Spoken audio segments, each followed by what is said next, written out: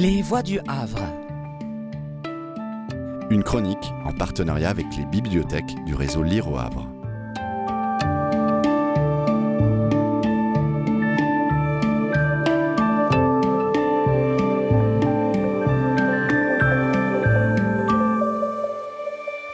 Bestiaire du Moyen-Âge de Michel Pastoureau.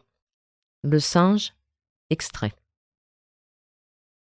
Pour la sensibilité médiévale, le singe représente ce qu'il y a de plus vil, de plus repoussant, de plus diabolique. Isidore de Séville affirme que si une femme enceinte regarde un singe ou une image de singe, son enfant sera d'une laideur simiesque et ne pourra pas trouver sa place dans la société des hommes. À sa suite, bestiaires et encyclopédies font du singe le plus laid des êtres vivants. Son visage est grimaçant, son nez aplati, sa peau horriblement plissée, son aspect difforme.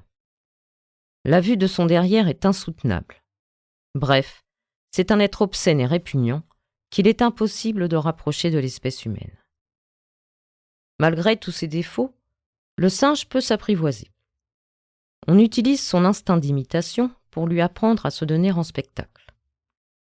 Dès l'époque féodale, de nombreux jongleurs et battleurs se déplacent de foire en foire et de village en village pour faire des tours et exhiber leurs singes, souvent une guenon. Dans les grandes villes, un emplacement spécifique leur est réservé, en général sur un pont comme à Paris et à Lyon.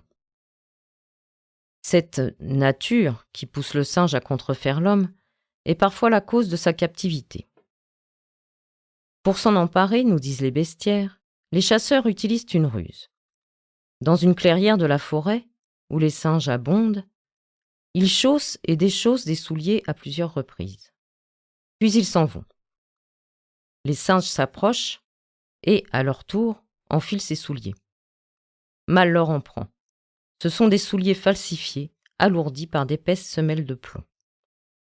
Les singes restent prisonniers de leurs chaussures, ne peuvent plus courir et sont facilement capturés.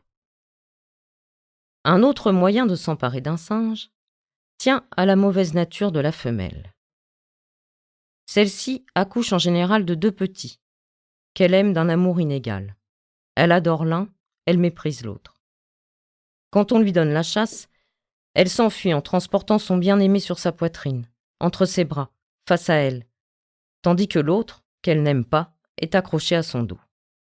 Mais au cours de la poursuite, elle s'essouffle, écarte les bras pour mieux respirer, et, ce faisant, laisse tomber le fils qu'elle chérit et dont les chasseurs s'emparent. L'autre, bien cramponné dans son dos, est sain et sauf.